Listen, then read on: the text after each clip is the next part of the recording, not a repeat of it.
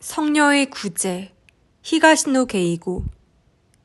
소재지 표시판을 보니 연구실에는 유가와만 있는 듯 했다. 물론 운이 좋았던 게 아니라 그런 시간대를 노리고 온 것이다. 가오루는 문을 노크했다. 들어와요. 퉁명스러운 목소리가 들렸다. 문을 여니 유가와는 마침 커피를 끓이고 있었다. 그것도 드리퍼와 필터를 사용해서. 마침 잘 왔어. 유가와가 컵 2개에 커피를 따랐다. 웬일이세요? 커피 메이커는 이제 안 쓰시나요?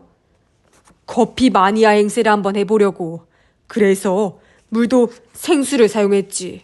유가와가 한쪽 컵을 내밀었다. 잘 마실게요. 하면서 가오루는 한 모금 마셨다. 늘 쓰는 원두를 사용한 듯 했다. 어때? 유가와가 물었다. 맛있는데요? 전에 마셨던 것보다? 가오루는 잠시 망설이다가 물었다. 솔직하게 대답해도 되나요? 유가와는 실망한 표정을 지으면서 컵을 든 채로 의자에 앉았다. 됐어. 나와 감상이 비슷한 거겠지. 그렇게 말하고 유가와는 컵 속을 들여다보았다.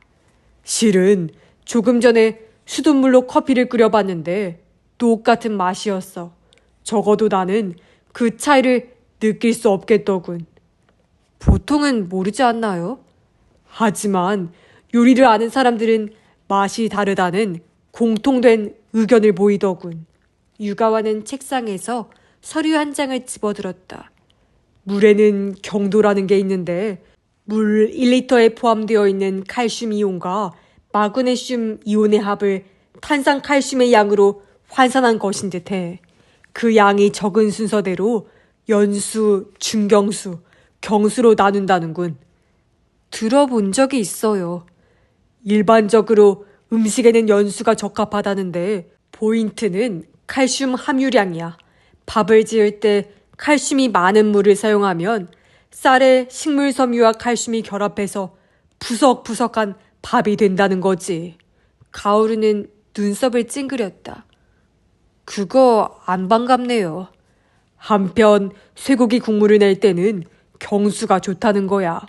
살과 뼈에 포함되어 있는 피가 칼슘과 결합해서 거품을 형성하기 때문에 밀어내기 쉽다는 거지. 콘소메 수프를 만들 때 참고가 되겠군. 요리를 하시나요? 가끔은. 유가와가 서류를 책상에 다시 내려놓으면서 대답했다. 가오루는 그가 부엌에 서 있는 모습을 상상했다. 미간을 잔뜩 찌푸리고 물의 양과 불의 세기를 조절하는 모습이 꼭 과학 실험을 하는 것처럼 보이겠다고 생각했다. 그런데 그 사건은 어떻게 됐지? 감식반에 견해가 나와서 오늘은 보고도 할 겸 왔어요. 가오루는 숄더백에서 파일을 꺼냈다. 어디 한번 들어볼까? 유가와는 커피를 마셨다. 필터와 호스에서도 아비산은 검출되지 않았다고 합니다. 다만 독극물이 투입되어 있었다 해도 몇 번 물을 흘려버리면 검출이 가능하지 않다는 것도 확인되었어요. 하지만 문제는 지금부터예요. 가오루는 숨을 한번 고르고서 다시 서류로 눈길을 떨어뜨렸다. 필터와 호스에 먼지와 때가 많이 끼어 있었다는군요. 그런 상태로 보아서 최근에 만졌을 가능성은 극히 적답니다.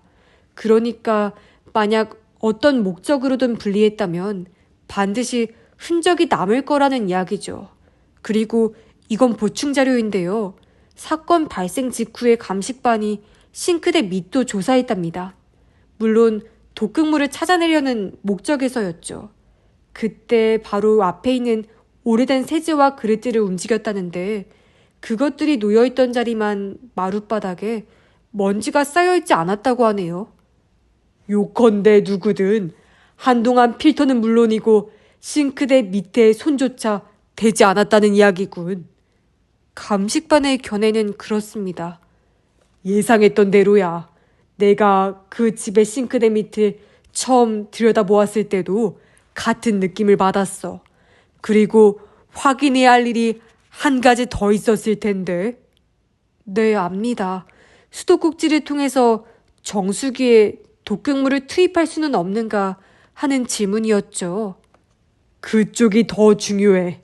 그래, 대답은? 이론적으로는 가능할지 몰라도 현실적으로는 불가능합니다. 커피를 한 모금 마신 유가와의 입가가 일그러졌다. 커피가 쓴 탓은 아닌 듯했다. 교수님은 수도꼭지에 위 내시경처럼 긴 튜브 같은 것을 집어넣어 정수기 호스까지 닿는다면 그 튜브를 통해 독극물을 투입할 수도 있다는 아이디어를 내셨는데요. 여러모로 시도해보았지만 잘 안 되더랍니다. 끝이 움직이는 특수한 기구를 사용하면 가능할지도 모르겠지만요. 알았어. 이제 됐어. 유가와는 머리를 벅벅 긁었다. 이번 사건의 범인이 그렇게 번거로운 일을 했을 리가 없지. 정수기 썰은 포기하는 게 좋겠군. 그럴듯한 가설이라고 생각했는데 다시 한번 발상의 전환을 꾀해야겠는걸. 어딘가에는 반드시 허점이 있을 거야. 유가와는 유리 주전자에 남은 커피를 자신의 컵에 따랐다. 그러다 잔이 미끄러졌는지 커피를 살짝 흘렸다. 그가 끌끌 혀를 차는 소리가 가오루의 귀에도 들렸다. 이 사람도 짜증을 낼 때가 있나 보군 하고 그녀는 생각했다.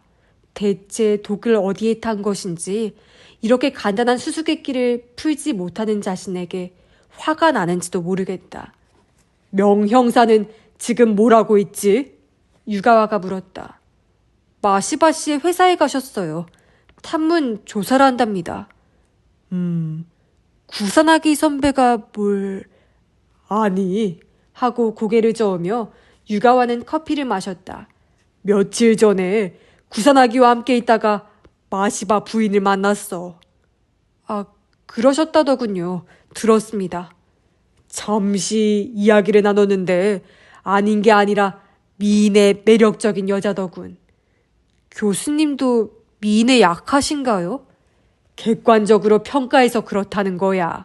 그건 그렇고 구사나기가 걱정스럽군. 왜요? 무슨 일 있었나요? 그 친구가 학생 시절에 고양이를 주워온 일이 있어. 갓 태어난 새끼 고양이 2마리였지. 2마리 다 미실거려서 누가 봐도 살리기가 쉽지 않다는 게 뻔했어. 그런데도 그 친구 방으로 안고 들어와서는 강의를 빼먹어가면서 보살폈지. 눈약 용기에 우유를 담아 어떻게든 먹여보려고 기를 썼어. 친구 한 명이 그런 그에게 그렇게 애써봐야 어차피 죽을 거라고 말했지. 그때 그는 그래서 뭐 하는 식으로 대답했어. 유가와는 눈을 깜빡거리며 허공을 쳐다보았다. 부인을 쳐다보는 구사나기의 눈빛이 고양이를 보살피던 그때와 똑같더군. 그는 부인에게서 무언가를 감지했어. 하지만 동시에 이렇게 생각하고 있지 않을까 싶군. 그래서 뭐 하고 말이야. 구사나기는 안내 창구 앞에 놓인 소파에 앉아 벽에 걸린 그림을 쳐다보고 있었다. 어둠 속에 빨간 장미가 떠있는 그림이었다. 저런 그림을 어디선가 본 적이 있는데 하고 생각했다. 무슨 양주의 라벨이었을 것이다. 뭘 그렇게 심각하게 보십니까? 마주 앉은 기시타니가 물었다. 저 그림은 아무 관계도 없다고요. 보세요.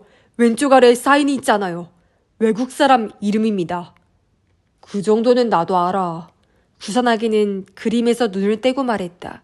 사실 사인이 있다는 것은 모르고 있었다. 기시타니가 고개를 비틀었다.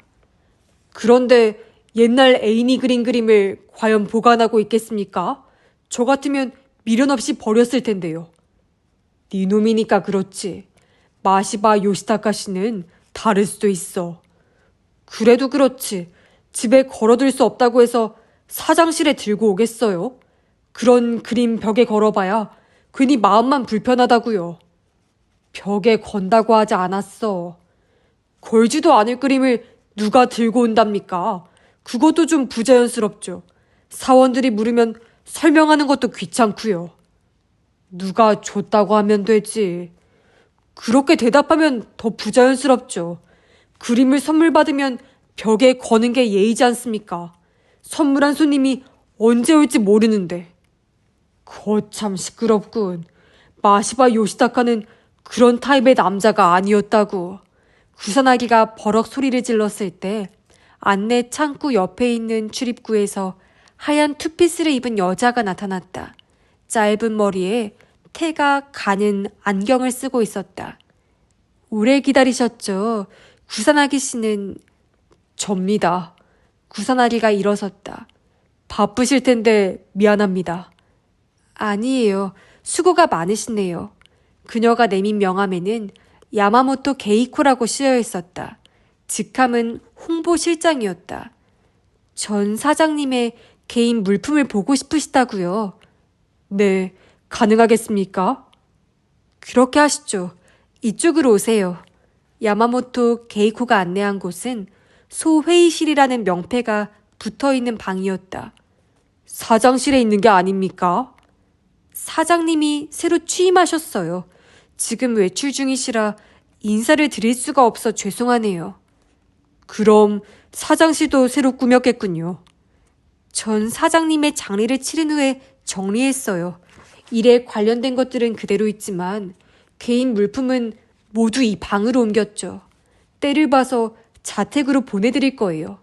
저희들이 마음대로 처분한 것은 없어요. 고문 변호사인 이카이 선생님과 의논해서 적절하게 처리했습니다. 그렇게 말하는 동안 야마모토 게이코는 한 번도 웃지 않았다. 말투가 무언가를 경계하는 듯 딱딱했다. 구사나기의 귀에는 마시바 요시다카의 죽음은 회사와 전혀 무관하다.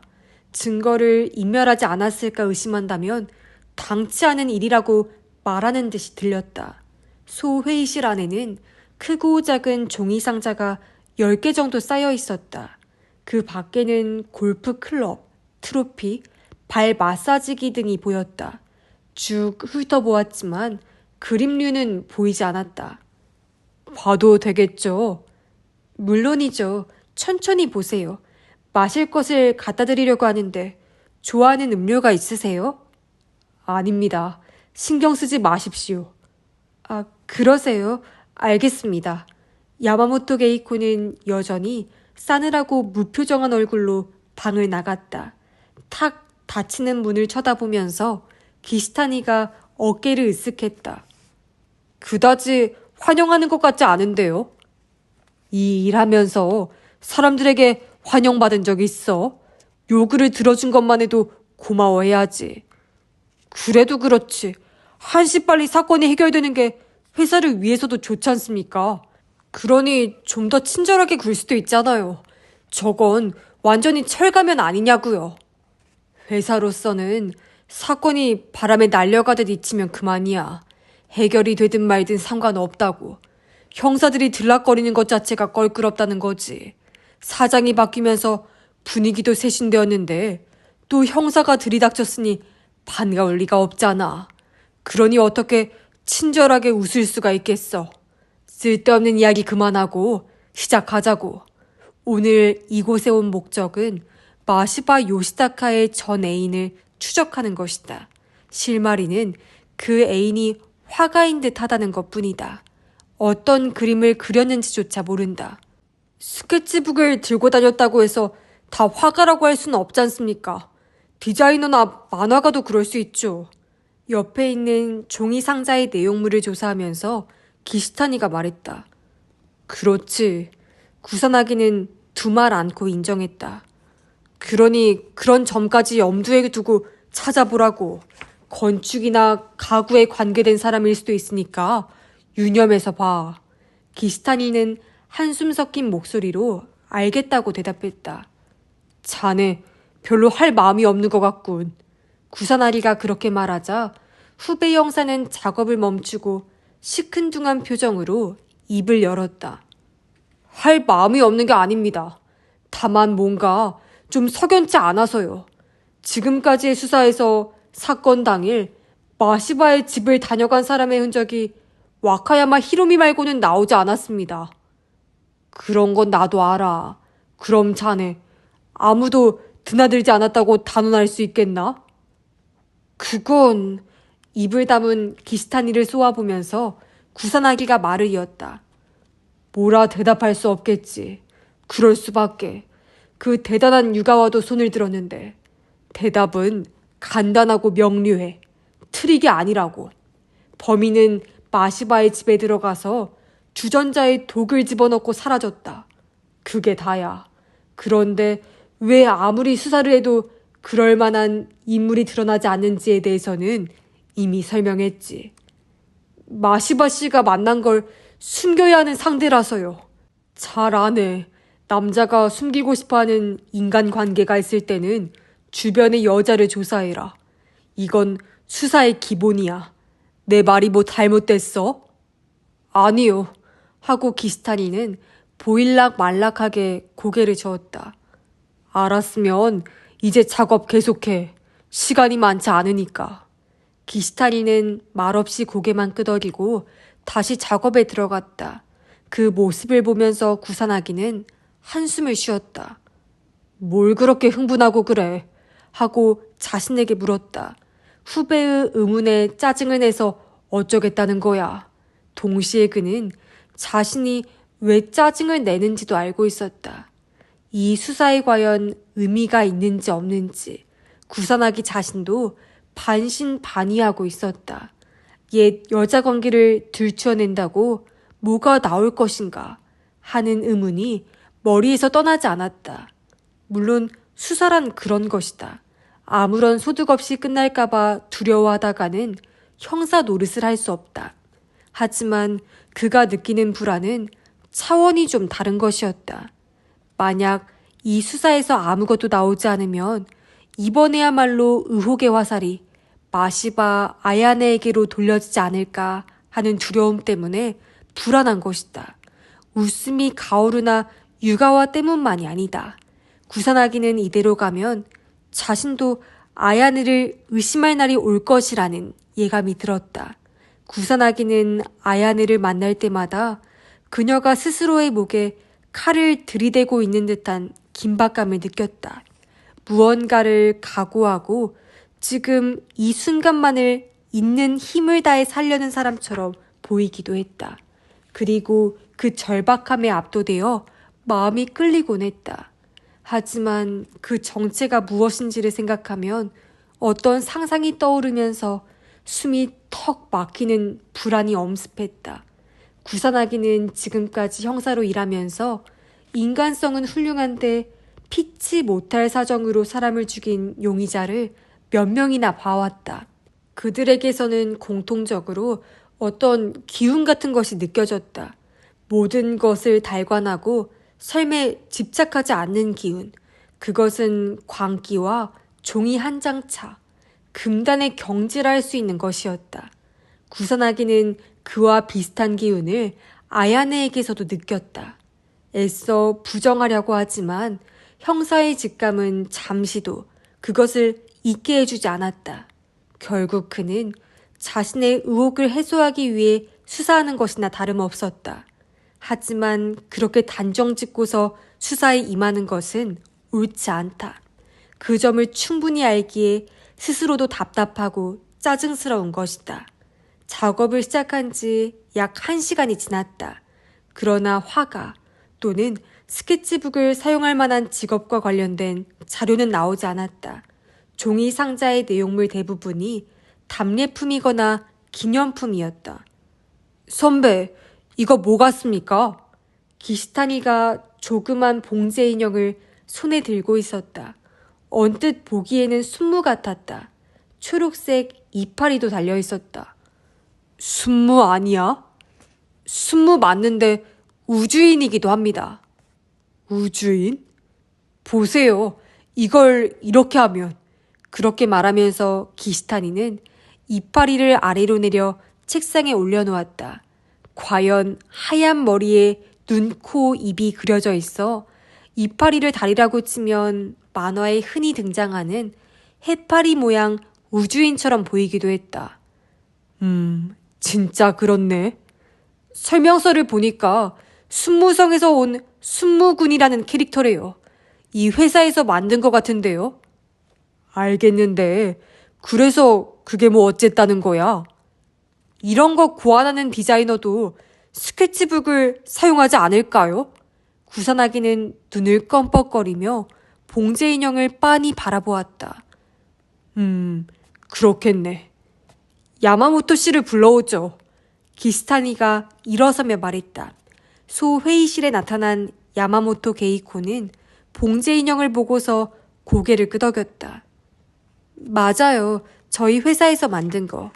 인터넷 만화 영화의 캐릭터예요. 인터넷 만화 영화요? 구산아기는 무슨 소리인지 몰라 고개를 갸우뚱했다. 3년 전쯤에 저희 회사 홈페이지에 연재했던 거예요. 보시겠어요? 부탁합니다. 하면서 구산아기도 일어섰다. 사무실에 가자 야마모토 게이코가 컴퓨터 화면에 순무군이라는 화면을 띄웠다. 재생이란 글자를 클릭하니 1분 정도 만화 화면이 이어졌다. 봉제 인형과 똑같이 생긴 캐릭터가 등장해 이리저리 움직였다. 스토리 자체는 보잘것없었다. 요즘은 올리지 않습니까? 기시타니가 물었다. 한때 화제가 되어서 봉제 인형 같은 관련 상품을 제작하기도 했는데 기대한 만큼 매출이 오르지 않아 결국 중단되었어요. 이 캐릭터는 사원이 디자인한 것입니까? 구산아기가 야마모토 게이코에게 물었다. 아니요, 그렇지 않아요. 이 캐릭터는 원래 개인 블로그에 발표된 것이었어요. 그런데 네티즌들에게 인기를 끄는 바람에 저희 회사가 만화 영화를 만들기로 하고 계약을 따낸 거죠. 프로가 아니었단 말입니까? 네, 학교 선생님이에요. 그렇다고 미술 선생님은 아니고요. 그래요. 가능성이 있다고 구산아기는 생각했다. 마시바 요시타카는 사원이나 일과 관련이 있는 여자와는 사귀지 않았다고 들었다. 하지만 상대가 프로가 아니라면 이야기는 달라질 수도 있다. 잘못 찍었는데요, 선배. 그때 마우스를 움직이고 있던 기시타니가 말했다. 이 사람은 아닙니다. 뭐가 잘못 찍었다는 거야? 원작자의 프로필이 나와 있는데 남자입니다. 남자 선생님이라고요. 뭐라고? 구산아기도 화면을 들여다보았다. 프로필에 틀림없이 그렇게 쓰여 있었다. 미리 물어볼 걸 그랬습니다. 디자인이 귀여워서 여자인 줄 알았죠. 나도 마찬가지야. 미련했어. 그때 하면서 야마모토 게이코가 끼어들었다. 원작자가 남자면 안 되는 일이라도 있나요? 아니, 저희끼리 이야기입니다. 사건 해결에 실마리를 쥐고 있을 만한 사람을 찾고 있는데 첫째 조건이 여자라는 것이거든요. 사건이라면 마시바 사장님이 살해된 사건을 말하는 거겠죠. 물론 그렇습니다. 그 사건과 이 만화 영화가 무슨 관계가 있는 건가요? 죄송하지만 자세한 말씀은 드릴 수가 없군요. 만약 작자가 여자라면 어떤 가능성이 있다고 볼 뿐입니다. 구산아기는 한숨을 쉬고는 기시타니를 보았다. 오늘은 이 정도 하고 끝내지. 그래야겠군요. 기시타니의 어깨가 축 늘어졌다. 야마모토 게이코가 회사 현관에서 두 사람을 배웅했다. 구산아기는 그녀를 향해 고개를 숙였다. 일하시는데 폐를 끼쳐서 죄송합니다. 수사와 관련해서 다시 찾아올 일이 있을지도 모르겠습니다. 아무쪼록 잘 부탁드립니다. 네, 저희야 언제든. 그녀의 표정이 어딘가 모르게 떨떠름했다. 처음 만났을 때의 냉담한 무표정과는 전혀 달랐다. 그럼 하면서 둘이 발길을 돌리고 난 후였다. 잠시만요. 그녀가 부르는 소리에 구산아기는 뒤돌아보았다. 네. 하실 말씀이라도. 그녀가 몇 걸음 뛰어와 작은 목소리로 말했다. 이 빌딩 1층에 라운지가 있어요. 그곳에서 기다려주세요. 드릴 말씀이 있어요. 사건에 관한 겁니까? 그건 잘 모르겠어요. 아까 그 캐릭터에 관한 건데 캐릭터 작가에 대한. 구사나기는 기시타니와 얼굴을 마주본 후에 고개를 끄덕였다. 알겠습니다. 나중에 다시 봬요. 하고서 그녀는 회사로 돌아갔다. 1층 라운지는 오픈 스페이스였다. 금연 표시를 원망스럽게 쳐다보면서 구사나기는 커피를 마셨다. 뭘까요? 할 이야기란 게. 글쎄, 아마추어 디자이너 이야기는 안 들어도 되는데 말이야. 게다가 남자라니. 잠시 후 야마모토 게이코가 나타났다. 사방의 눈치를 살피는 기색이었다. 손에 A4 사이즈의 봉투를 들고 있었다. 많이 기다리셨죠? 그녀는 그렇게 말하면서 맞은편 자리에 앉았다. 곧바로 웨이트리스가 다가왔지만 그녀는 손을 저어 사양했다. 오래 이야기할 마음은 없어 보였다. 하실 말씀이라는 게. 구사나기도 급하게 굴었다. 야마모토 게이코는 주위를 쭉 둘러보고서 몸을 앞으로 약간 숙였다. 이 일은 외부에는 공표하지 않았으면 해요. 어쩔 수 없이 공표한다 해도 제게 들었다는 이야기는 절대 비밀로 해주셔야 합니다. 안 그러면 제가 곤란해요. 아, 그렇군요. 구사나기는 눈을 치켜뜨고 있는 야마모토 게이코를 쳐다보면서 대답했다. 사실은 내용에 따라서 상황이 달라질 수 있다고 대답하고 싶었지만 그래서야 중요한 이야기를 들을 수 없었다. 형사에게는 경우에 따라 약속을 무시할 수도 있는 대범함이 필요하다. 구사나기는 고개를 끄덕였다. 알겠습니다. 약속드리죠. 야마모토 게이코는 살짝 입술을 핥았다. 아까 그 캐릭터 말인데요. 실은 작자가 여자예요. 네? 구사나기가 눈을 번쩍 떴다. 정말입니까? 그렇다면 들을 만한 가치가 있다. 구사나기는 등을 쭉 폈다. 네, 정말이에요. 제반 사정 때문에 남자로 하게 된 거예요. 기시타니도 메모할 준비를 하고서 고개를 끄덕이며 말했다. 인터넷상의 인물은 익명에다 나이나 성별을 속이는 일도 많죠. 그럼 선생이라는 것도 거짓입니까? 구사나기가 물었다. 아니요. 프로필에 있는 남자 선생님은 실존 인물이에요. 블로그를 운영하는 것도 그 사람이고요. 하지만 캐릭터를 만든 사람은 달라요.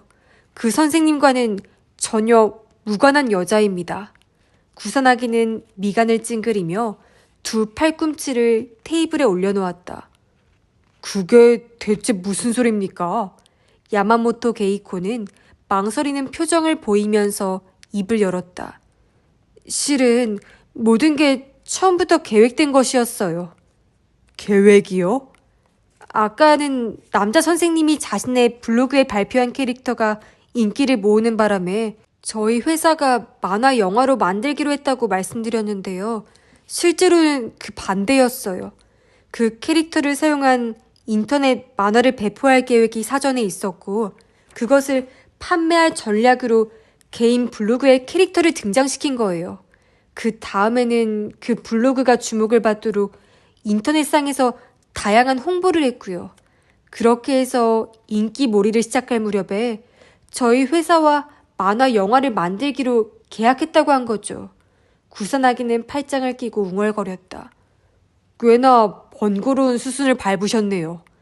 사장님은 그렇게 해야 네티즌들이 친근감을 느끼고 성원해 줄 것이라고 하셨어요. 기시타니가 구사나기 쪽을 향해 고개를 끄덕거렸다. 있을 법한 얘기로군요. 네티즌들은 익명의 개인이 올린 정보가 점차 퍼져나가는 것을 환영하니까요. 그럼 그 캐릭터를 디자인한 사람은 역시 사원이었습니까? 아니에요. 이름 없는 만화가와 일러스트레이터 중에서 뽑았어요. 캐릭터에 대한 아이디어를 제출하라고 하고서 그 가운데 상품이 될 만한 걸 뽑은 거죠. 그 결과가 순무군이었어요. 캐릭터를 그린 사람과는 자신이 그렸다는 것을 극비에 붙인다는 조건으로 계약을 했고요. 그 후에 남자 선생님의 블로그에 올릴 캐릭터를 그리게 했어요. 한 사람이 계속 그린 건 아니고 도중에 다른 디자이너로 바뀌었지만요. 여기까지 말했으니 눈치채셨겠지만 그 남자 선생님도 회사에서 돈을 대주어 블로그를 운영한 거였어요. 어이가 없군 하는 소리가 구산아기의 입에서 절로 흘러나왔다. 그야말로 처음부터 다 계획된 것이로군요. 새로운 캐릭터를 세상에 알리려면 다양한 전략과 작전이 필요합니다. 야마모토 게이코는 씁쓸히 웃었다. 계획한 대로 잘 되진 않았지만요. 그 디자이너는 어떤 여자였습니까? 원래는 그림책 작가였어요. 책도 몇 권 냈고요. 그녀가 옆에 놓인 봉투를 무릎에 올려놓고 안에서 그림책 한 권을 꺼냈다. 잠깐 보여주시죠.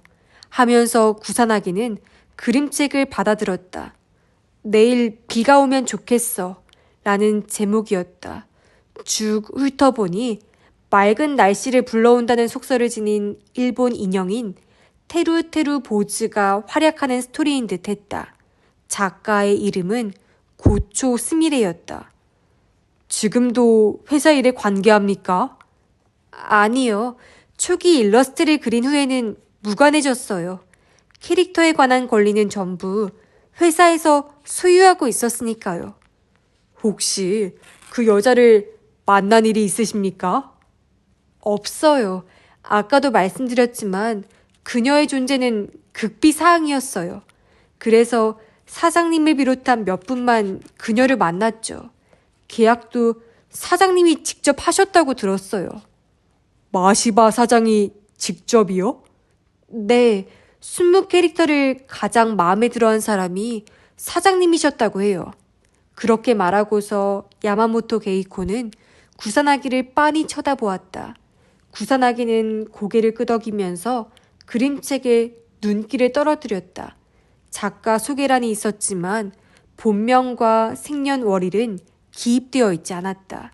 하지만 그림책 작가라면 그림을 그리는 일을 하고 책을 낸 적도 있다는 조건에 맞는다. 이거 제가 며칠 빌려도 되겠습니까? 그러세요. 그녀가 손목시계를 보았다. 이제 전 가봐야겠어요. 제가 드릴 말씀은 이게 전부예요. 수사에 도움이 되었으면 좋겠네요. 큰 도움이 되었습니다. 감사합니다. 구산아기는 고개를 숙였다.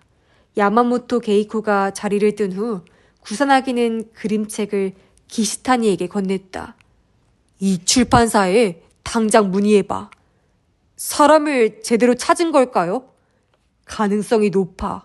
적어도 이 작가와 마시바 요시타카 사이에 뭔가 있었다는 것만은 분명해. 자신만만하시네요. 조금 전에 야마모토 게이코의 표정을 보고서 확신했어. 그녀는 오래전부터 두 사람 관계를 의심하고 있었을 거야.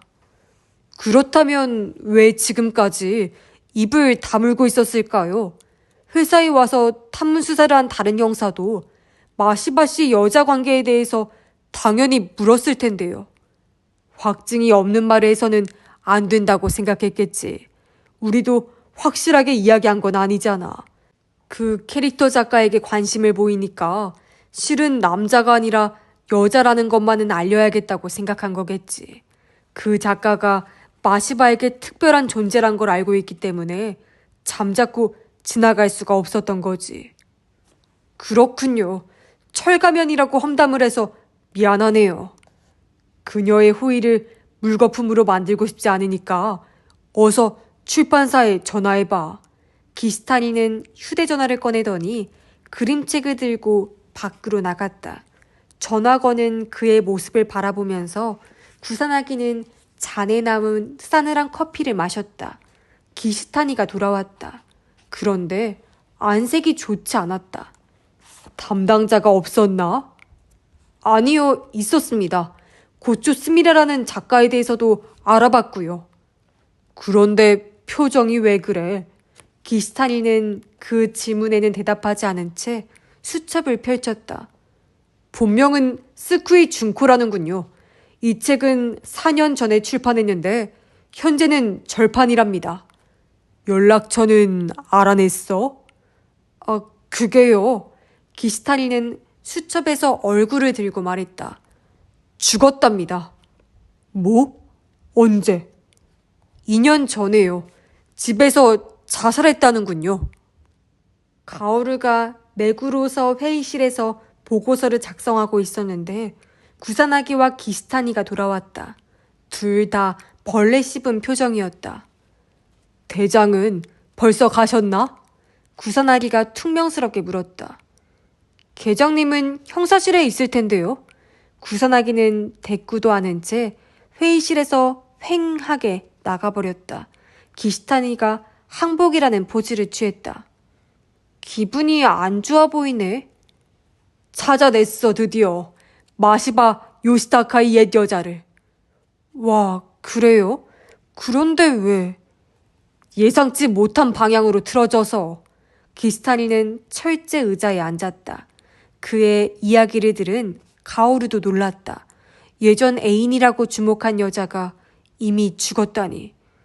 출판사에 가서 그 여자 사진을 빌려서 마시바 요시타카와 데이트를 했다는 홍차 전문점 웨이트리스에게 보여줬거든. 그랬더니 틀림없이 그 여자라는 거야. 그렇게 일단락이 났지. 구사나기 선배의 전 애인 범행설이. 그래서 기분이 안 좋은 거로구나. 나도 맥이 쭉 빠지더라고. 하루 종일 이리저리 쫓아다녔는데 결과가 이 모양이니 원. 온몸이 쑤신다 쑤셔. 기스타니가 두 팔을 쭉 뻗으며 기지개를 펴는데 가오루의 휴대전화가 울렸다. 유가와였다. 그와는 점심때 만났다가 막 헤어졌다. 네, 아까는 감사했어요. 지금 어디 있지? 유가와가 다짜고짜 물었다. 맥으로 서해 있는데요. 울스미 양이 돌아간 후에 여러모로 생각해봤는데 그래서 할 이야기가 있어. 지금 만날 수 있을까? 네?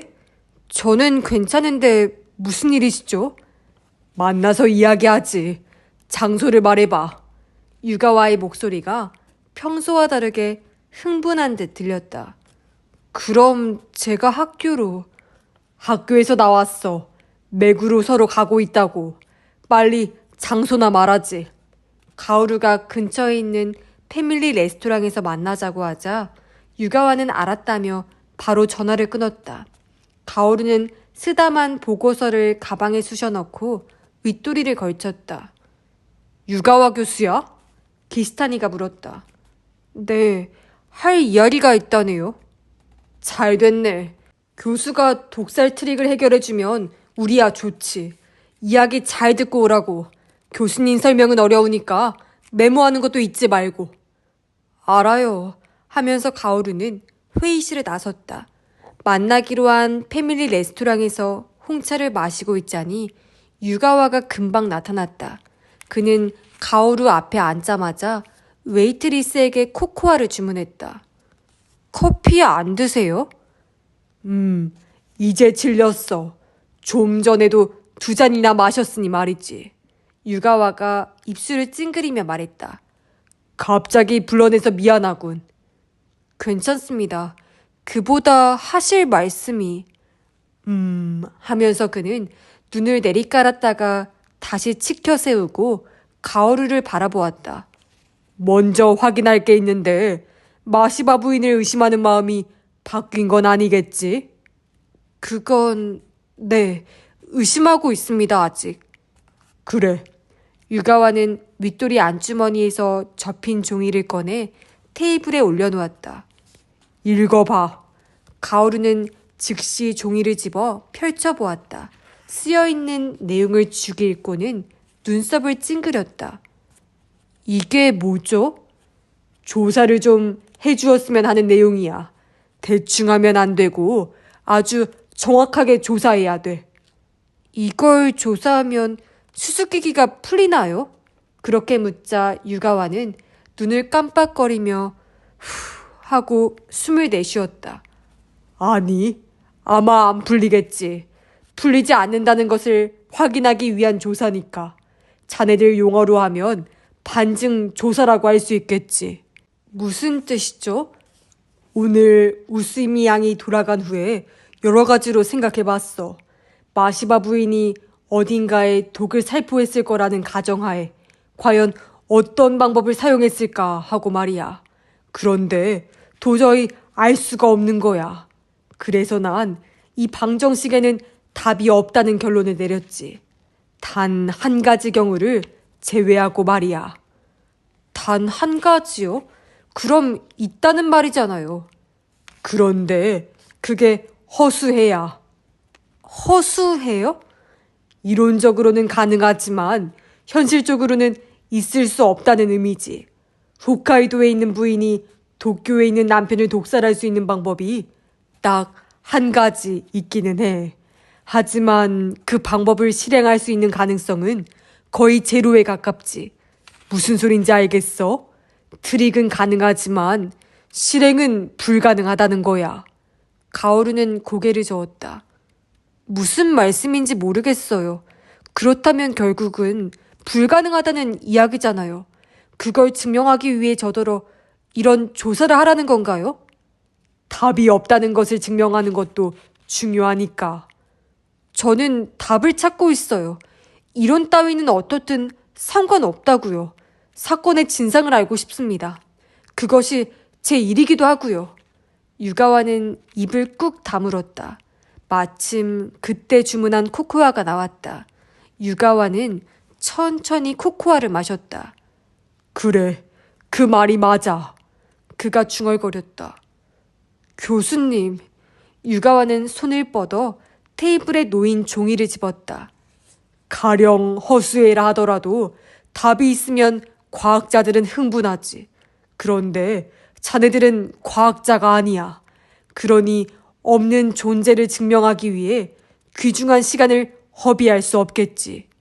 유가와는 종이를 반듯하게 접어 안주머니에 도로 집어넣고 입가에 미소를 띄웠다. 없었던 일로 하자고. 교수님, 그 트릭에 대해서 이야기해 주세요. 그런 후에 제가 판단하겠습니다. 조사할 만한 가치가 있다고 여겨지면 조사할게요. 그럴 수야 없지. 왜죠? 트릭을 알면 선입견을 갖게 될 거야. 그럼 객관적인 조사를 할 수가 없지. 반대로 조사하지 않겠다면 그 트릭을 알 필요조차 없고. 아무튼 지금 여기서 이야기할 수는 없어. 유가와가 계산서를 집으려 했지만 간발의 차로 가오루가 낚아챘다. 제가 낼게요. 헛걸음을 하게 했는데 그럴 수야 없지. 가오루는 다른 손을 그에게 내밀었다. 아까 그 종이 주세요. 조사해 보겠습니다. 허수해인데도? 그래도 교수님이 찾아내신 단 한 가지의 답이 뭔지 알고 싶어요. 유가와는 한숨을 쉬고는 다시 종이를 꺼냈다. 그것을 받아든 가오루는 재차 내용을 확인하고 가방에 집어넣었다. 만약 그 트릭이 교수님 말씀대로 허수애가 아니라면 수수께끼는 풀리겠죠. 유가와는 고개를 끄덕이지 않았다. 그 대신 안경을 손가락으로 밀어 올리고 중얼거렸다. 글쎄, 과연. 아닌가요?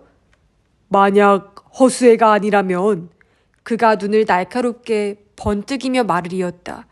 아마 자네들은 질 거야. 나 역시 이길 수 없겠지. 그렇게 되면 완전 범죄라고 할 수밖에. 와카야마 히로미는 벽에 걸린 테피스트리로 눈길을 돌렸다. 짙은 파랑과 회색 헝겊이 조각조각 이어져 긴 띠를 이루고 있었다. 그 띠는 중간에 구불구불 휘어 서로 얽히고 교차하면서 마지막에는 원점과 다시 이어진다. 요컨대 루프의 형상이다. 상당히 복잡한 구도인데 멀리서 보면 단순한 기하학적 모양으로 보인다. 마시바 요시타카는 DNA의 나선 모양 같다며 비아냥거렸지만 히로미는 이 작품이 무척 마음에 들었다. 긴자에서 아야네의 개인전이 열렸을 때에도 입구 바로 옆을 장식했다. 아야네도 찾아온 손님들에게 최고의 작품을 가장 먼저 선보이고 싶었을 것이다. 물론 디자인은 그녀가 했다. 하지만 실제로 제작한 사람은 히로미였다. 예술의 세계에서는 작가가 개인전에서 발표하는 작품 대다수가 실은 제자의 작품인 경우가 흔하다. 하물며 퀼트는 작품의 크기에 따라 한 점을 제작하는데 몇 달이 걸리는 수도 있다. 적당히 나눠서 작업하지 않으면 개인전을 열 수 있을 만큼의 작품이 축적되지 않는다. 그래도 아야네는 제 손으로 많이 하는 편이다. 그 개인전에서 발표한 작품의 80%는 아야네가 직접 제작한 것이었다. 그럼에도 히로미가 제작한 작품으로 입구를 장식해 그녀를 감격해 했다. 히로미는 작품의 완성도를 인정받은 것 같아 기뻤다. 이 사람 밑에서 언제까지나 일하고 싶다. 그때는 그렇게 생각했다. 탁 소리가 났다. 아야네가 머그컵을 작업대에 내려놓는 소리였다. 그들은 퀼트 학원 엔즈 하우스에 마주 앉아 있었다. 예전 같으면 학생 몇 명이 헝겊을 자르고 바느질을 하고 있을 시간이었다. 하지만 지금은 둘밖에 없다. 며칠째 학원 문을 열지 못하고 있다. 그래, 아야네가 두 손으로 머그컵을 감싸며 말했다. 그렇게 마음먹었다면 어쩔 수 없지. 제 사정만 고집해서 죄송합니다. 히로미는 고개를 숙였다. 사과하지 않아도 돼. 나도 앞으로는 일하기가 수월하지 않겠다고 생각하고 있었어. 그러니 이럴 수밖에 없는지도 모르지. 모든 게 제 탓이에요. 정말 뭐라 말씀을 드려야 할지 모르겠어요. 이제 그만해. 난 히로미가 이렇게 사과하는 모습 더는 보고 싶지 않아. 네, 죄송합니다. 히로미는 고개를 푹 숙였다. 눈물이 쏟아질 것 같았지만 꾹 참았다. 울어봐야 아야네가 더욱 불쾌해질 뿐이라고 생각했다. 하고 싶은 이야기가 있으니 만났으면 한다고 전화를 건 쪽은 히로미였다. 아야네는 자세한 것을 묻지 않고 그럼 엔즈 하우스에서 만나자고 했다. 굳이 학원에서 만나자고 한 것은 무슨 말이 나올지 미리 짐작했기 때문이 아닐까 하고 히로미는 생각했다. 홍차를 끓이는 아야네를 기다렸다가 히로미는 말을 꺼냈다. 학원을 그만두고 싶다고. 물론 그것은 아야네의 조수일을 그만두겠다는 뜻이었다. 그런데 괜찮겠어? 아야네가 물었다. 히로미가 고개를 들자 아야네가 이어 물었다. 앞으로 말이야. 생활비는 어떻게 하고 다른 일을 찾기도 쉽지 않을 텐데. 아니면 집에 도움을 받을 수 있는 거야? 아직은 아무 생각 없어요. 부모님 신세는 지고 싶지 않은데 그럴 수 있을지는 모르겠어요. 하지만 모아둔 돈이 조금 있으니까 가능하면 혼자 힘으로 살아가야죠. 걱정이네. 그렇게 해서 어떻게 꾸려가겠어. 아야네는 옆머리를 귀 뒤로 넘기는 몸짓을 계속했다. 답답할 때면 나오는 버릇이었다. 하기야, 내가 괜한 걱정을 하는 건지도 모르겠지만 걱정해 주셔서 감사해요. 저 같은 사람을. 이제 그런 말을 하지 말라니까. 아야네의 엄한 말투에 히로미는 저도 모르게 몸을 바짝 긴장했다. 그리고 다시 고개를 푹 숙였다. 미안해. 아야네가 조그만 소리로 말했다. 나도 모르게 말이 거칠게 나왔네. 하지만 난 정말 히로미가 그런 태도 보이는 거 원치 않아. 같이 일할 수 없는 것이야 어쩔 수 없지만 난 히로미가 행복해지길 바라. 이건 진심이야. 자신의 심중을 어떻게든 전하려는 말투에 히로미는 조심조심 고개를 들었다. 아야네는 미소를 띠고 있었다. 적적한 미소였지만 가식적으로 보이진 않았다. 선생님, 히로미가 중얼거렸다. 그리고 우리를 이렇게 만든 사람은 이미 이 세상에 없잖아. 그러니까 우리 이제 뒤돌아보지 말자. 부드럽게 건네는 말에 히로미는 고개를 끄덕일 수밖에 없었다. 하지만 속으로는 절대 불가능한 일이라고 생각했다. 마시바 요시타카와의 사랑, 그를 잃은 슬픔, 아야네를 배신한 죄책감, 그 모두가 가슴 깊이 각인되어 있었다. 히로미, 우리 학원에 온 지 몇 년이나 됐더라? 아야네가 밝은 목소리로 물었다. 3년 조금 넘었어요. 그렇구나. 벌써 3년이 넘었구나. 중고등학교 같았으면 졸업했겠어. 그럼 내 제자 생활 졸업하는 거라고 생각하면 되겠네. 그 말은 수긍할 수 없었다. 그렇게 아니한 말을 위로 삼을 만큼 멍청하지는 않다고 생각했다. 히로미, 여기 열쇠 갖고 있지? 아, 네, 돌려드릴게요. 히로미는 옆에 놓인 가방을 들었다. 괜찮아, 그냥 갖고 있어. 하지만 이 방에는 히로미 물건이 아주 많잖아. 짐 정리하는데 시간이 좀 걸리지 않을까? 그리고 갖고 싶은 게 있으면 사양 말고 가져가. 저 테피스트리도 갖고 싶겠지. 그렇게 말하면서 아야네가 쳐다본 것은 방금 전까지 히로미가 보고 있던 것이었다. 제가 가져도 될까요?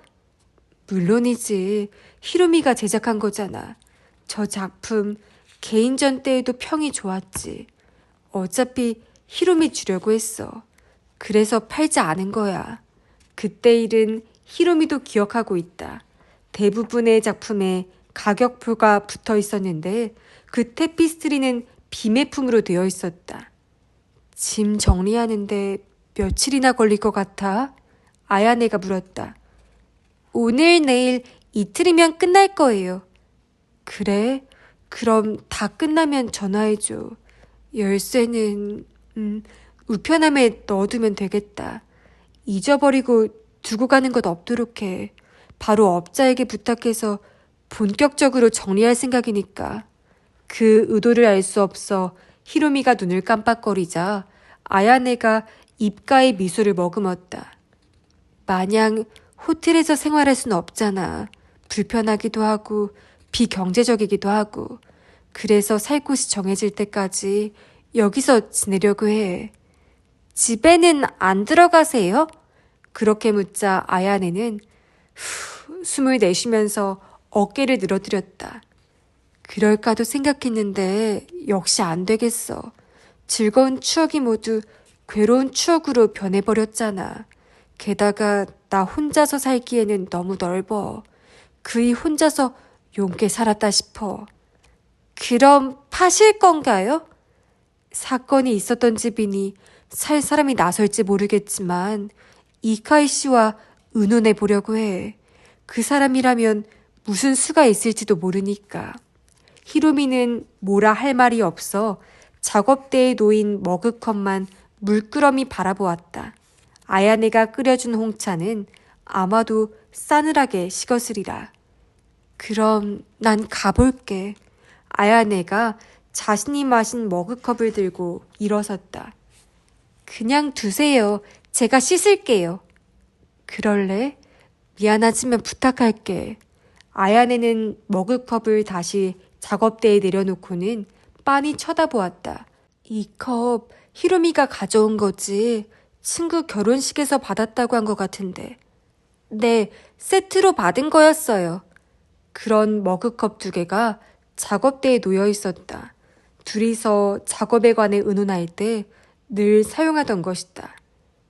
그럼 이것도 가져가야겠네. 네, 히로미는 작은 소리로 대답했다. 머그컵을 가져간다는 생각은 꿈에도 하지 않았다. 그런데 이런 사소한 것들이 있다는 것 자체가 어쩌면 아야네를 불쾌하게 만들지도 모르겠다는 생각을 하자 마음이 한층 어두워졌다. 아야네는 숄더백을 어깨에 메고 현관으로 걸어갔다. 히로미도 뒤따랐다. 구두를 신고서 아야네는 히로미 쪽을 돌아보았다. 느낌이 참 이상하다. 학원을 그만두는 사람은 히로미인데 내가 이곳을 나가다니. 최대한 서둘러서 짐 정리를 할게요. 오늘 중에라도요. 서두를 거 없어. 그런 뜻으로 한 말이 아니니까. 아야네는 히로미를 똑바로 쳐다보며 말했다. 그럼 잘 지내? 선생님도 잘 계세요. 아야네는 고개를 끄덕이고는 문을 열고 밖으로 나가 싱긋 웃으며 문을 닫았다. 히로미는 그 자리에 주저앉았다. 깊은 한숨이 나왔다. 퀼트 학원을 그만두는 것도 괴롭고 수입이 끊기는 것도 불안했지만 이럴 수밖에 없다고 생각했다. 요시다카와의 관계를 고백해놓고 지금까지 하던 대로 해나가려 했던 것 자체가 잘못이었다.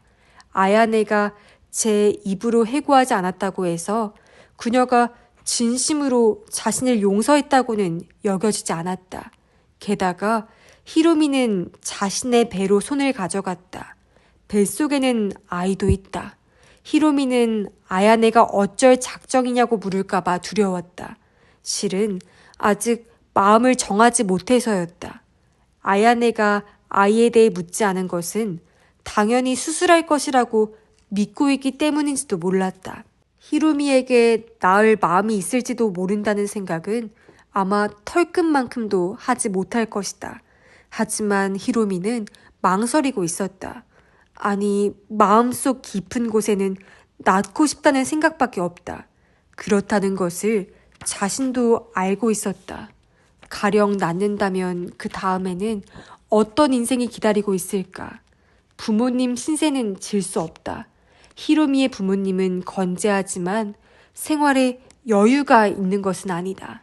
게다가 둘 다 지극히 평범한 사람들이라 딸이 불륜 끝에 미혼모가 되었다는 것을 알면 혼란에 빠져 어쩔 줄 모를 것이다. 역시 수술하는 길밖에 없는 것일까?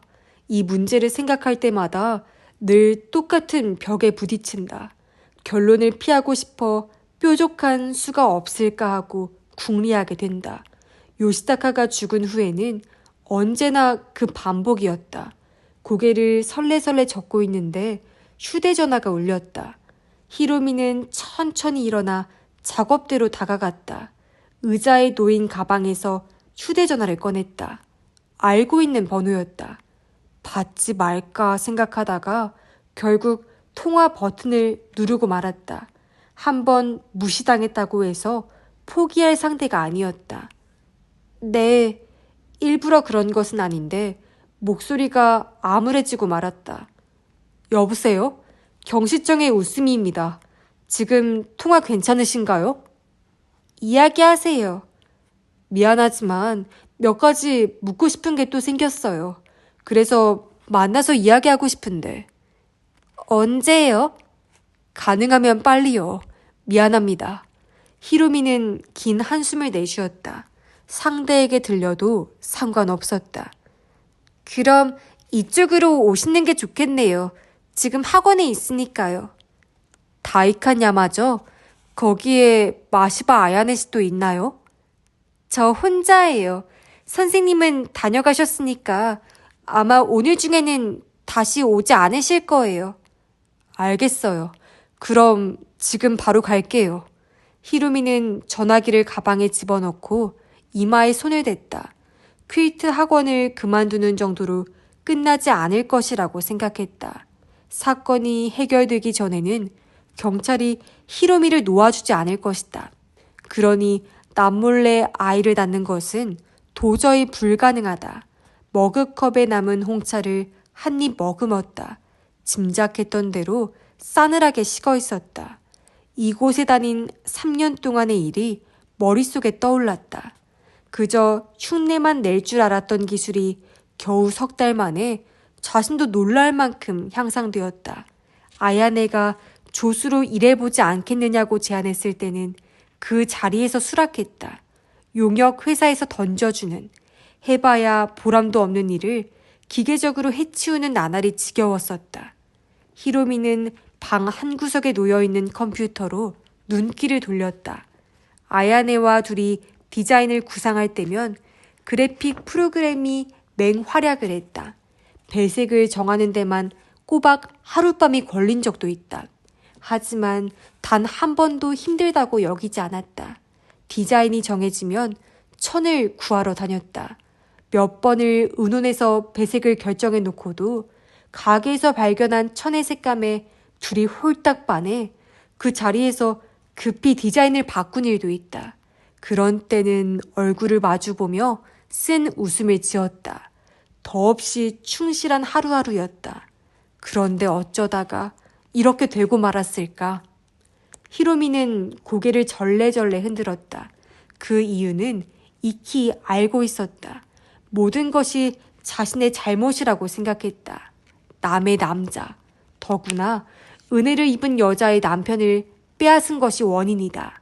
히로미는 마시바 요시다카를 처음 만났을 때의 일을 선명하게 기억하고 있다.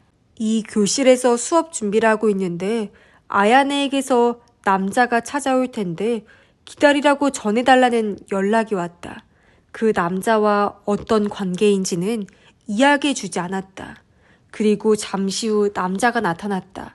히로미는 남자를 안으로 안내하고 녹차를 대접했다. 그는 흥미로운 듯 실내를 돌아보고는 이런저런 질문을 했다. 성숙한 남성의 점잖음과 호기심에 두리번거리는 소년 같은 분위기를 동시에 지닌 인물이었다. 몇 마디 대화만 나누었는데도 머리가 비상한 사람이란 것을 느낄 수 있었다. 그 후에 아야네가 돌아와 그를 소개해 주었다. 파티에서 알게 된 사이라고 해서 히로미는 의외다 싶었다. 아야네가 그런 모임에 나가는 줄은 전혀 몰랐기 때문이다. 지금 돌아보니 그때 이미 히로미는 요시다카에게 호의를 품고 있었다. 아야네가 연인이라고 소개하는 순간 질투에 가까운 감정을 느꼈던 자신을 또렷하게 기억하고 있다. 만약 그렇게 만나지 않고 처음부터 아야네와 함께였다면 자신의 반응도 다르지 않았을까 생각한다. 상대가 어떤 사람인지 모르는 채 둘이서 지낸 그 잠깐 때문에 특별한 감정이 싹튼 것만 같다. 한 번 마음에 움튼 감정은 어렴풋하기는 했어도 절대 사라지지 않았다. 아야네가 결혼해 히로미도 마시바의 집을 드나들게 되면서부터는 더욱 요시다카가 친근하게 느껴졌다. 그러다 보니 둘이서만 있는 일도 간혹 생겼다. 물론 히로미 쪽에서 먼저 자신의 속마음을 드러낸 적은 없다. 그래봐야 요시다카에게 폐가 될 뿐이라고 생각했고 그보다 특별한 관계가 되고 싶은 마음이 없었다.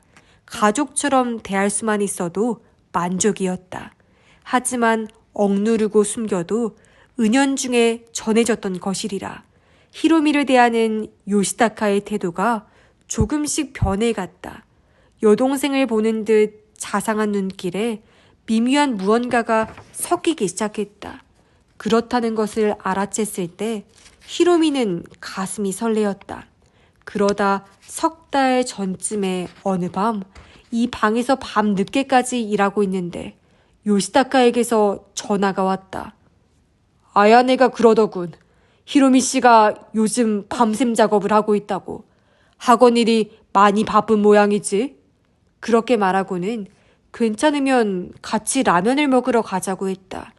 요시다카도 야근을 하는 바람에 늦어진 듯 했다. 오래전부터 가고 싶었던 라면집이 있다고 했다. 마침 배가 출출했던 때라 두말 않고 좋다고 했다. 요시다카는 곧장 데리러 왔다. 딱히 인상에 남을 만한 맛은 아니었다. 하지만 어쩌면 요시다카와 단둘이어서 맛을 못 느꼈는지도 모른다. 그가 젓가락질을 할 때마다 팔꿈치가 그녀의 몸에 닿았다. 그 감촉만 기억에 각인되었다. 라면을 먹고 난 후 요시다카는 히로미를 다시 학원까지 데려다 주었다. 차를 아파트 앞에 세워놓고 그가 미소 지으며 말했다. 이렇게 가끔 라면 정도 같이 먹을 수 있을까? 좋아요. 언제든요. 히로미는 그렇게 대답했다. 고맙군. 히로미 씨와 있으면 마음이 푸근해져. 정말요? 나도 여기와 여기가 많이 지쳐있거든. 그는 자신의 가슴과 머리를 차례로 가리키고는 차분한 표정으로 히로미를 바라보았다. 오늘 밤은 정말 고마웠어. 덕분에 즐거웠고. 저도요. 히로미가 그렇게 대답하자마자 요시다카는 팔을 뻗어 그녀의 어깨를 껴안았다. 와락 끌어당기는 힘에 그대로 몸을 맡겼다. 아주 자연스럽게 키스까지 흘러갔다. 잘 자 하고 그는 말했다. 그녀는 안녕히 주무세요 라고 대답했다. 그 밤 히로미는 가슴이 두근거려 좀처럼 잠을 이룰 수 없었다. 하지만 큰 잘못을 저질렀다는 의식은 없었다. 둘만의 작은 비밀이 생겼다는 정도로만 여겼다. 그것이 착각이었다는 것을 깨닫는데 그리 오랜 시간이 걸리지 않았다. 요시다카라는 존재는 히로미의 내면에 점차 크게 자리 잡아갔다. 무슨 일을 해도 그가 머리에서 떠나지 않았다. 그래도 둘이 만나는 일이 없었다면 열병 같은 그런 상태는 오래가지 않았을지도 모른다. 그런데 요시다카는 그 후로 심심하면 히로미를 불러냈다. 그녀 역시 그의 전화를 기다리기 위해 별다른 일이 없는데도 학원에 남아있는 경우가 많아졌다.